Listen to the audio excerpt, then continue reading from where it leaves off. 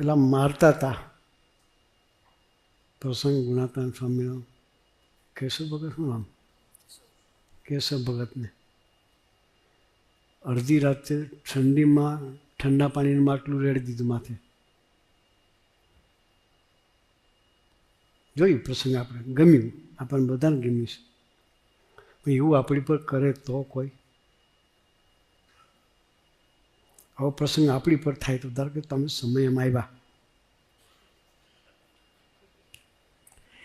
દરેક પ્રસંગને પોતાની એપ્લાય કરવા.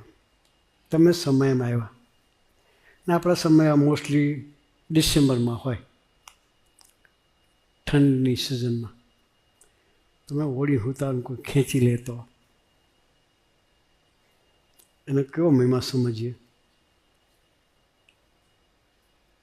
આપણે કેવો મહિમા સમજીએ? અત્યારે તો કોઈ ખેંચ્યા વાત છે નહીં. કોઈ ભગતને બચારાને વધારે ટાઢ ચડી ને પોતાને ઉડવાનું ના હોય એને લઈ લીધું ઉડવાનું.